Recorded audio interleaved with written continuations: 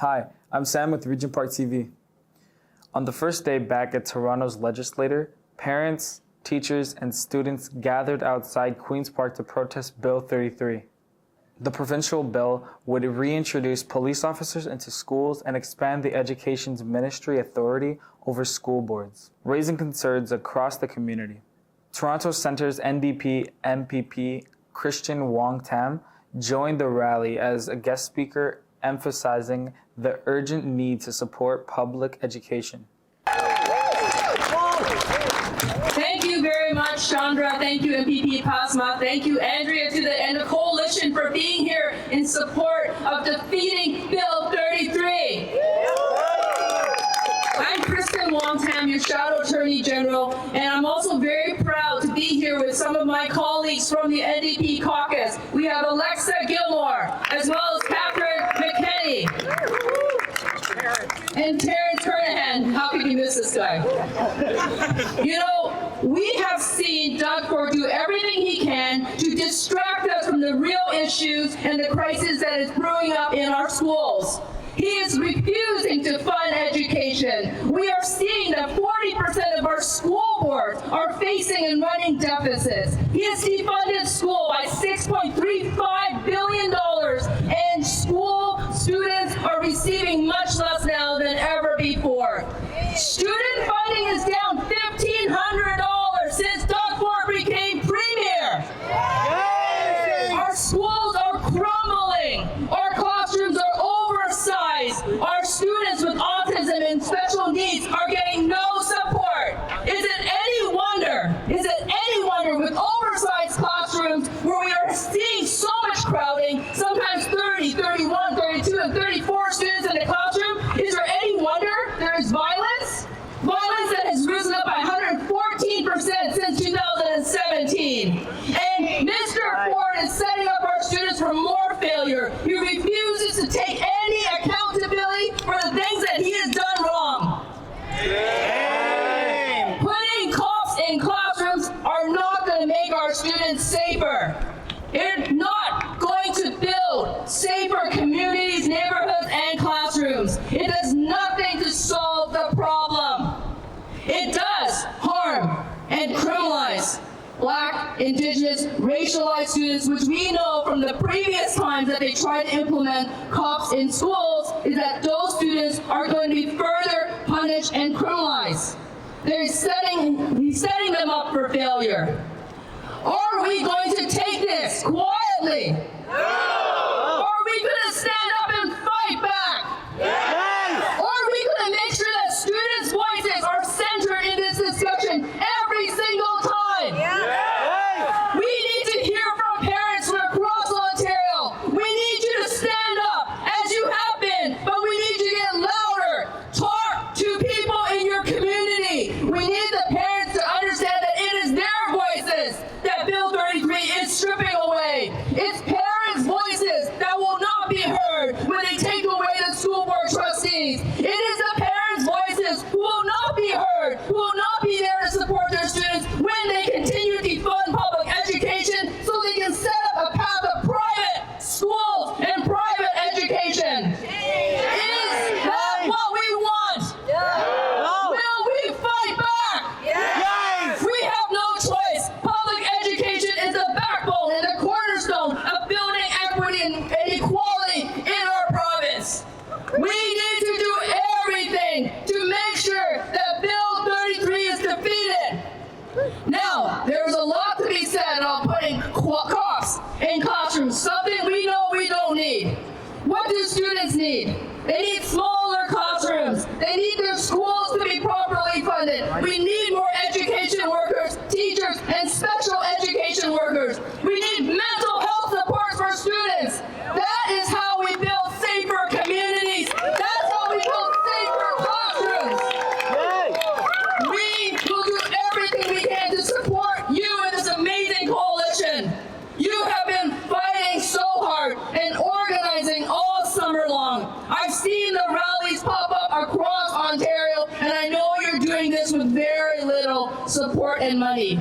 Well, we have big corporate interests who have dominated the Premier's office. You are truly the grassroots rising.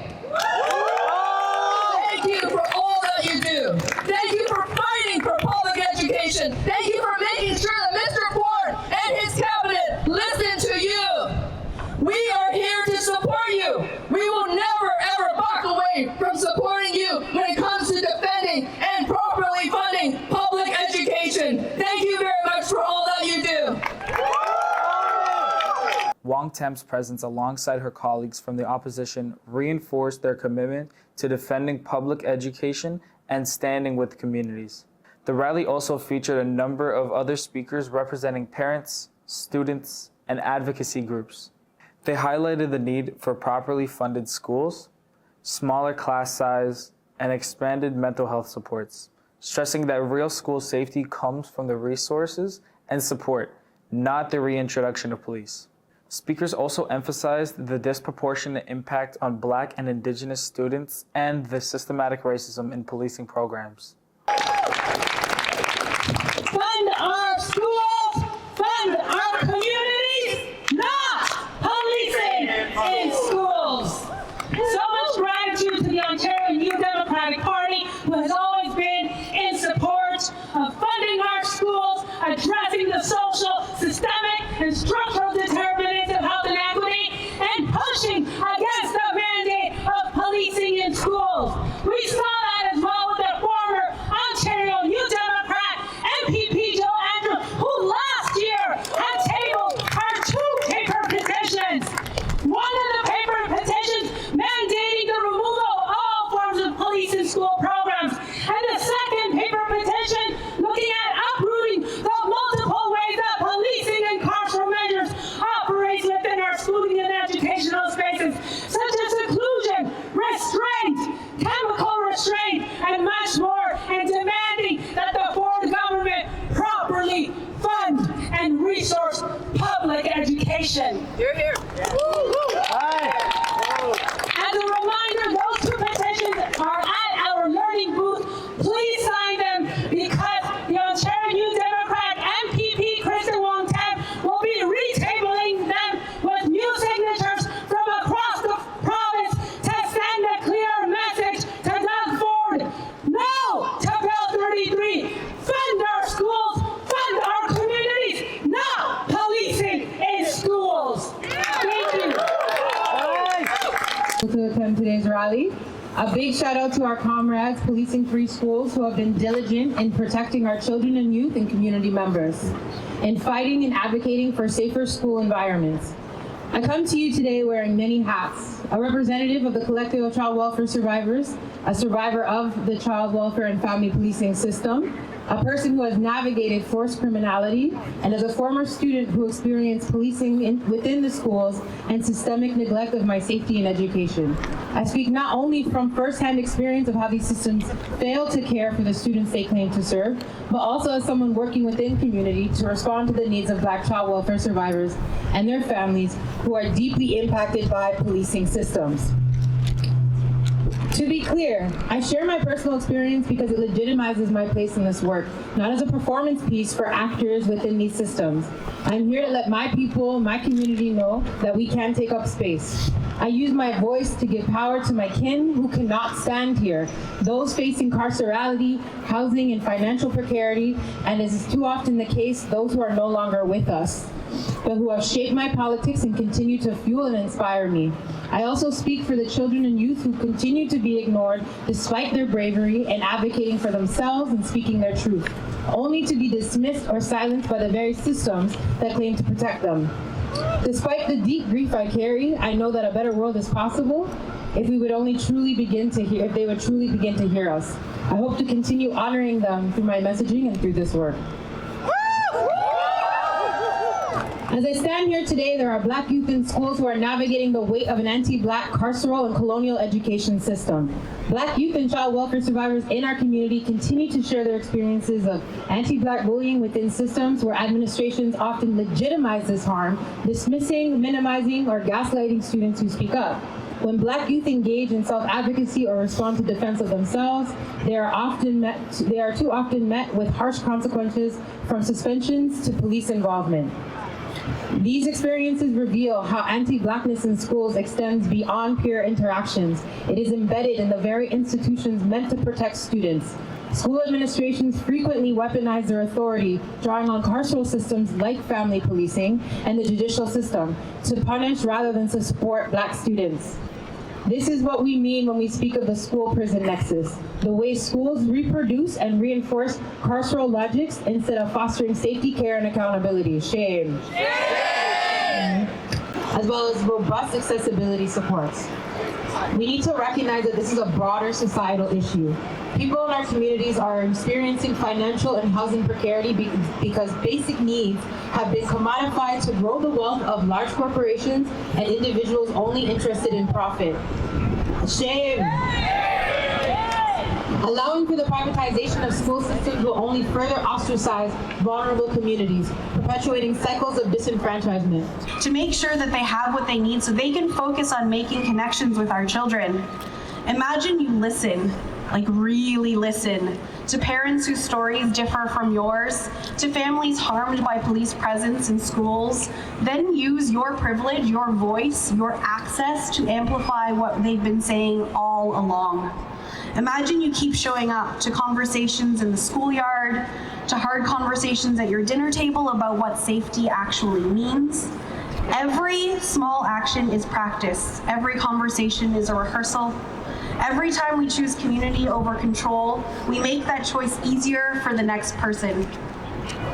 The same people forcing our government to acknowledge complicity in genocide are the same people who have power that we can use to keep policing out of our schools. It's you. It's hard to see what our protests, our letters, our calls do to stop genocide, but we have to keep believing it matters. We're disrupting the narrative that no one will notice and that no one will hold them accountable. Palestine feels far away from here, but we know we can make an impact with our schools because the opportunity is at every drop-off, every pickup, at the dining room table, when we tuck our kids home at night. This is where we have power. I know this is hard. Building real safety is harder than accepting easy answers, but we can do it together. Let's see other perspectives. Let's expand beyond what we know. Let's act on what we imagine is possible. We need schools to be places we trust, places where kids can make mistakes and learn from them. We build that through care, not control, through relationships, not surveillance, through investing in people, not punishment. Policing free schools aren't a dream, they're a demand. They're what collective liberation looks like. It starts with us refusing to let privilege determine policy and to harm our schools. It continues with the regular practice of imagining alternatives and then making what we imagine real. Where will you start? Who will you talk to? Where will you show up? One of the most troubling pieces of Bill 33 is the renewed push to bring back police into our schools. We know what this means. We've heard from students themselves, especially Black, Indigenous, racialized, Muslim, and 2S LGBTQ+ youth, who said that the presence of police made them feel less safe. They made them feel watched, not welcomed, punished, not protected. That's why years ago, many communities and school boards across Ontario took action. In 2017, the Toronto District School Board ended its school resource officer program after students shared stories of fear and surveillance. In 2020, Hamilton Wentworth District School Board listened to their community and did the same. In 2021, Waterloo Region District School Board followed suit after hearing from racialized and 2S LGBTQ+ students who said police presence made them feel unsafe. These were local democratic decisions rooted in consultation, community leadership, and care for students. But Bill 33 would erase that authority, imposing a one-size-fits-all directive from Queen's Park, ignoring the lived experiences of students and educators who have already said no. Bill 33 undermines local democracy. By granting the minister sweeping powers to intervene in school boards under the vague notion of public interest, it sidelines democratically elected trustees. Silencing these voices means silencing communities and concentrating power in one office. Despite what Premier Ford and Minister Calandra might say, we know that public education will not be improved by policing students, silencing trustees, and disempowering educators. What our students need is smaller classes, more educational assistants, more counselors, more mental health supports that actually meet their needs. They need more caring adults in their schools who see them and who listen to them and who help them thrive, not uniformed officers who remind them that they are under suspicion. Bringing back police will not make schools safer. It will make many students feel less safe, less welcome, and less able to learn. We cannot claim to value equity while reintroducing practices that traumatize the very students our system has already failed to protect.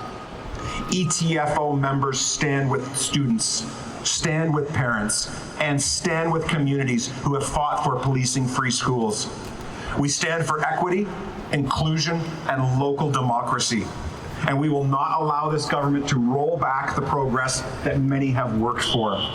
So today, as we raise our voices against Bill 33, we say no to policing our students, no to silencing our communities, yes to investment, not intimidation, and yes to inclusive public education that lifts every child. Good morning, everyone. How are you guys feeling? You warm enough?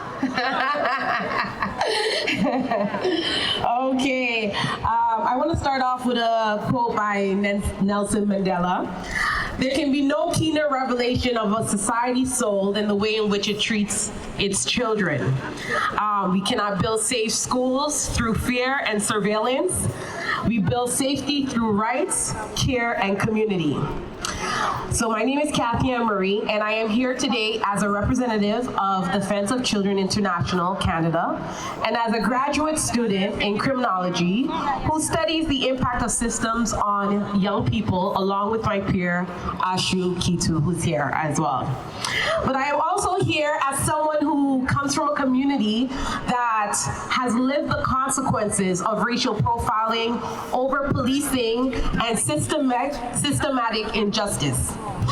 I, too, have a younger brother who went to a school where police officers were present, not because he was violent, not because he was unsafe, but because society has been conditioned to view young Black boys as threats before they are seen as children.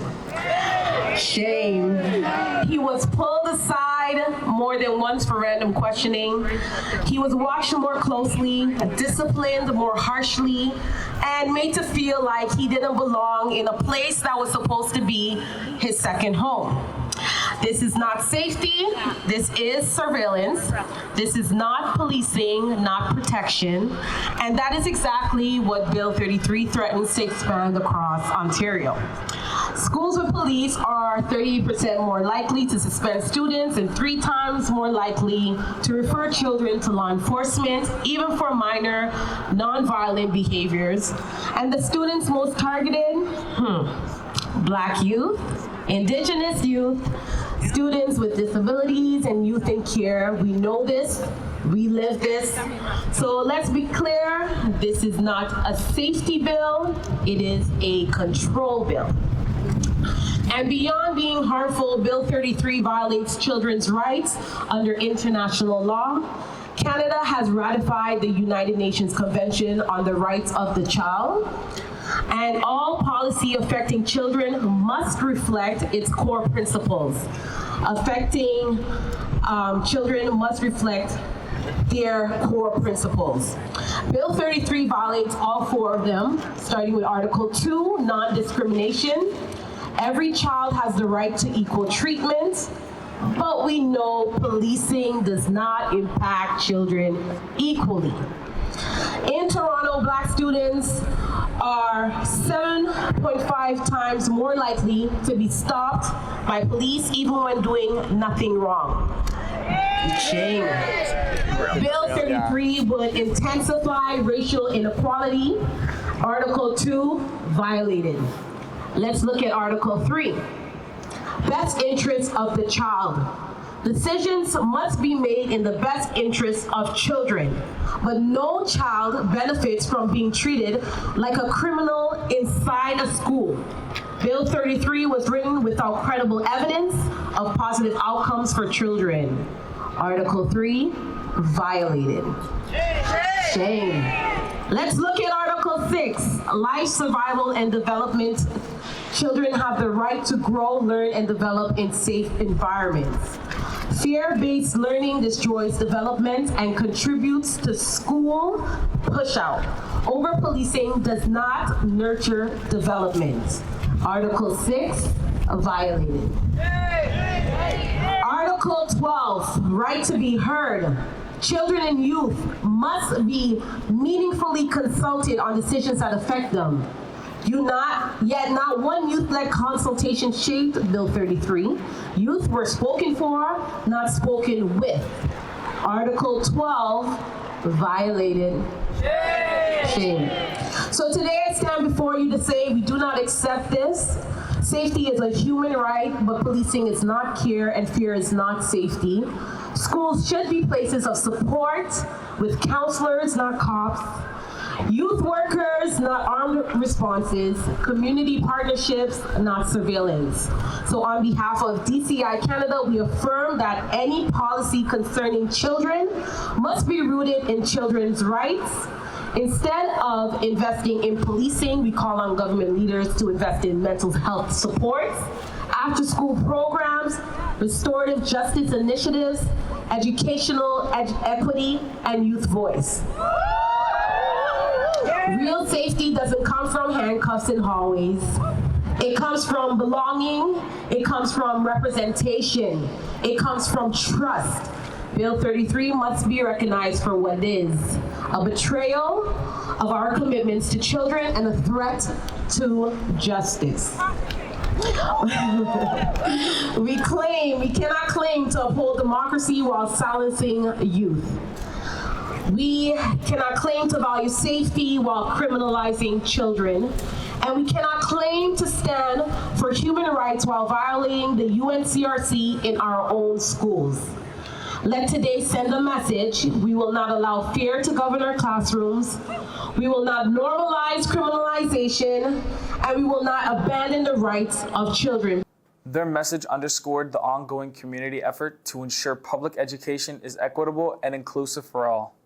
As the debate over Bill 33 continues, it's clear that parents, students, and educators are determined to make their voices heard. Everyone! Address the root. Address the root. Address the root. Address the root. Address the root. Address the root. Fund public education. Fund public education. Fund public education. Fund public education. Fund public education. Fund public education. Fund public education. Fund public education. Address the root. Fund products from you and public education. Fund public education. Address the root. Fund products from you and public education. No to privatization. No to school board obliteration. No to trustee elimination.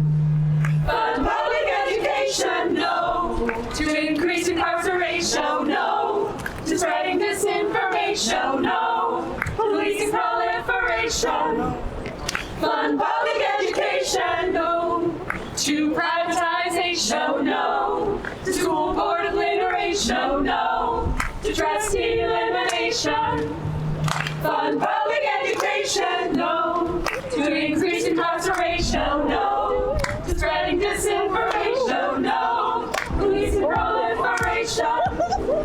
Fund public education. Don't forget to like, share, subscribe to our YouTube channel, and visit us on all our social media platforms. Please visit our website for more information.